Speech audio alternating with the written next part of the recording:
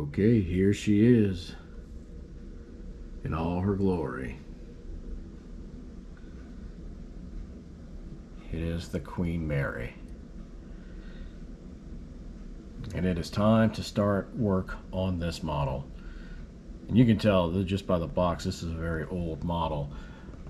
I have a feeling that not only is this going to be the largest model to date that I've built, which it will be, I think this is going to be the most challenging model to date that I will build as well. Let's open her up. Now I do admit that this is not the first time I've opened this box. And one of the things I noticed right away, here's our flags, a little sheet of flags. One of the things I've noticed right away is that a lot of the pieces are broken off the sprues. Not too many decals on here. It's kind of hard to see, but there are some white ones on this card. These I see some, I guess, for the water line. There is one that here, right here, says Queen Mary Liverpool. I imagine that's the one that goes on the stern. These two go on the bow. But if you look at the bag here, you see all the pieces that are loose are falling to the bottom of the bag. I taped up the bag just to make sure that if any more pieces broke, they don't fall out and I don't see them, you know. But yeah, this one I feel is going to be challenging. These instructions are a bit odd too. I've really grown accustomed to those instructions by Revell. I comprehend them pretty well now after building both the Arizona and the Missouri. So this is how their instructions look.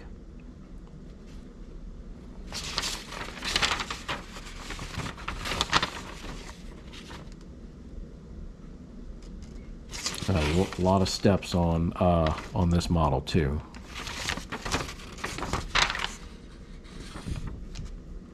But I'm chomping at the bit to see if I can do the Queen justice. So let's open the bag and take a look at the hull.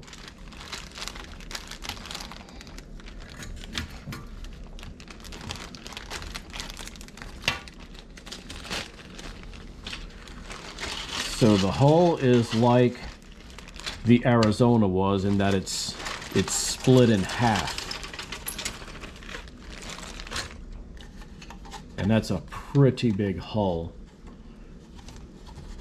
Just as a comparison, I will go grab the Missouri real quick so you can see the size difference between the two.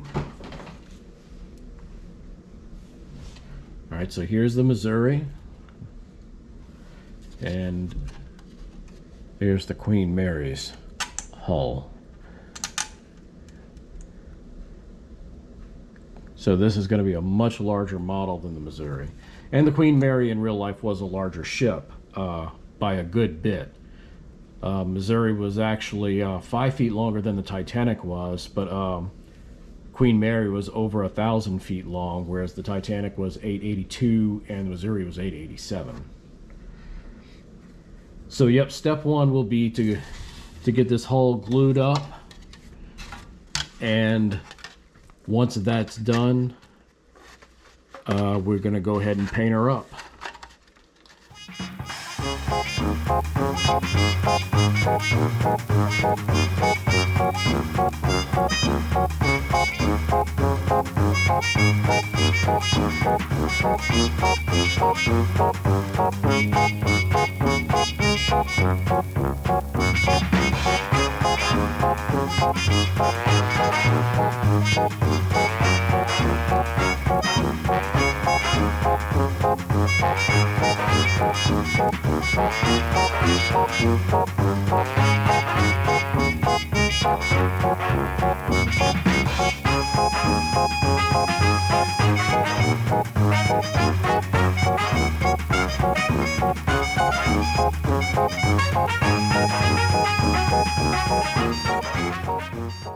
Okay, so it took maybe a couple of hours to get all this masking tape on the hull. As you can see, the hull is holding together pretty well. And one thing that's really, really nice about this particular model is there is lots of detail in the hull. And with Cunard ships, the upper portion is white. Then you've got a black section. Then there's a thin white stripe, and then the red part of the hull. So I'm doing the black first. And I'm going to paint a few of the other pieces that are black. For example, the very tops of the funnels are going to be black, including this piece that goes in at the top. Those are the pieces I know for sure at the top of my head that are black. And I am spray painting all of these pieces so we can get that smooth coat of paint, just like we saw on the Missouri, like with the grays and the reds on that ship. So let's get to it.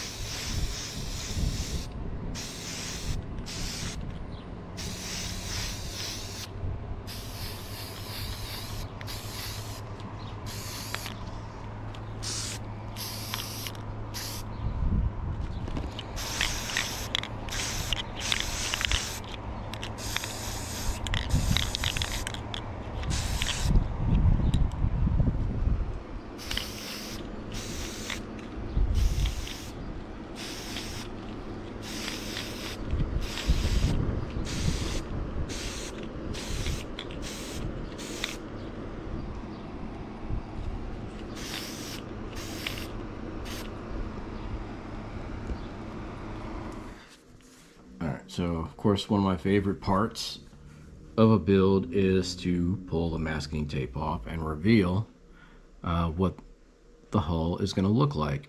Now, I already know that there is some overspray in some spots because you can see here where the tape, it just wouldn't stick.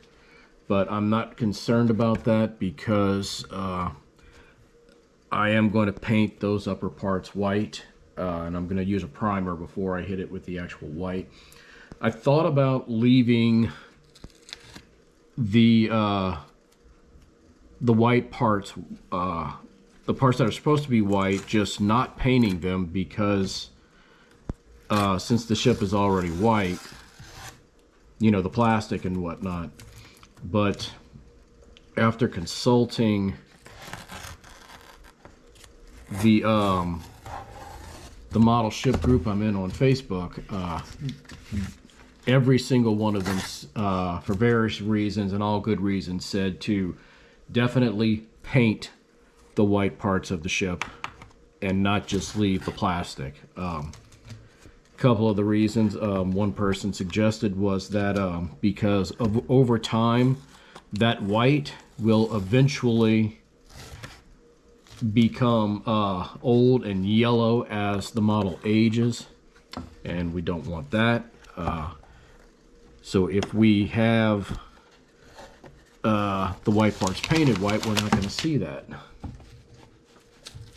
Another person pointed out that the plastic has more of a glossy look, and you're painting everything else on the ship flat, so it's definitely going to stick out like a sore thumb, and I definitely do not want that. So all good reasons in my view, so I will go ahead and do it. It was extremely windy outside, so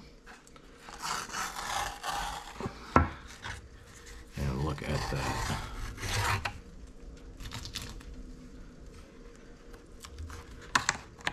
It's a good thing I taped up on the inside too, because I don't know if any of this is going to be visible. Like on the, I learned my lesson with the Missouri, where, with the Arizona, where the deck was sunk in, you know, like say, like right here. So a lot of this would still be visible, and we need that completely white. So it was definitely the right idea to tape that up, so I don't have to worry about that being an issue.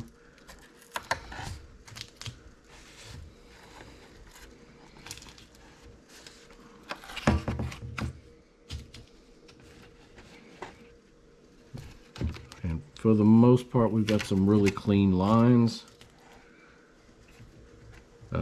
Except, of course, right here. And again, I'm not worried about that because it will be painted. And over here on the stern, we had some overspray where the tape wasn't sticking. But it's going to be fine. So far, I'm really liking what I'm seeing. There's so much detail in this hull. It's unreal.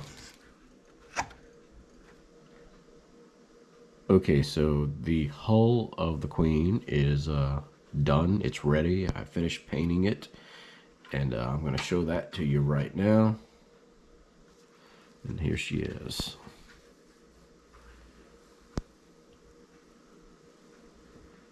I'm really happy with how this came out. It took some effort to get it done too.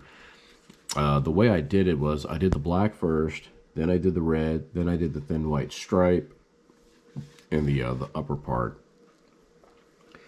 Next time I'm going to go ahead and do the white stripe first and then do the larger parts, because it was easier to just go back and touch up the white stripe than it was, you know, repainting the whole black or red because of spillover from the white. And we got the propellers here. I'll try and hold them with tweezers because they're really small and hard to see.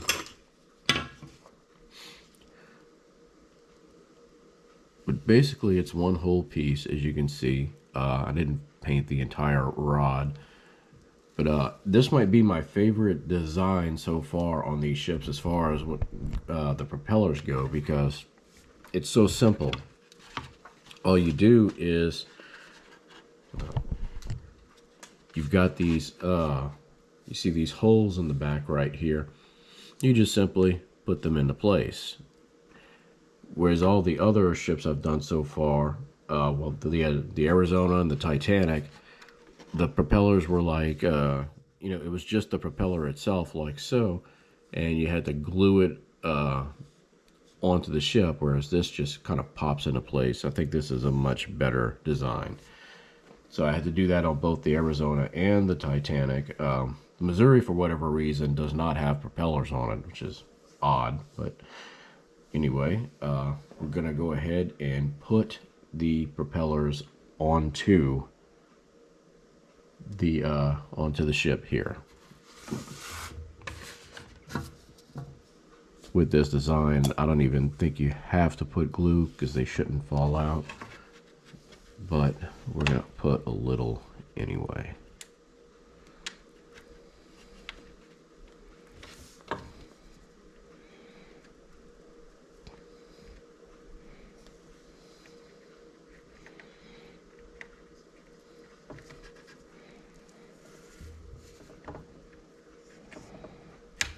There we go. One in place.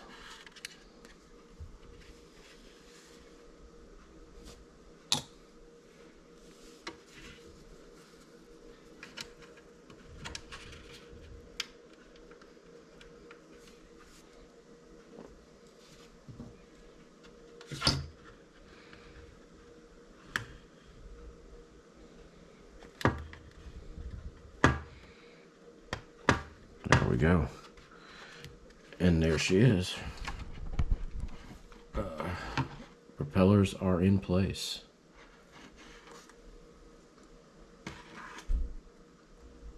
I did not paint the rudder yet. You can see the rudder is going to go right here.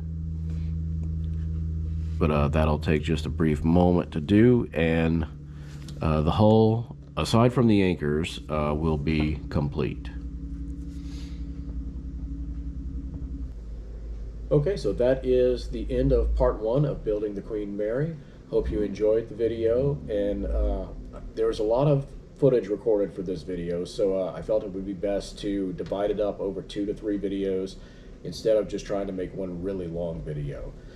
And in the future videos, of course, we'll be adding the decks, adding the funnels, the bridge, all that stuff. And I hope you'll tune in for that. And until the next time, drive safely.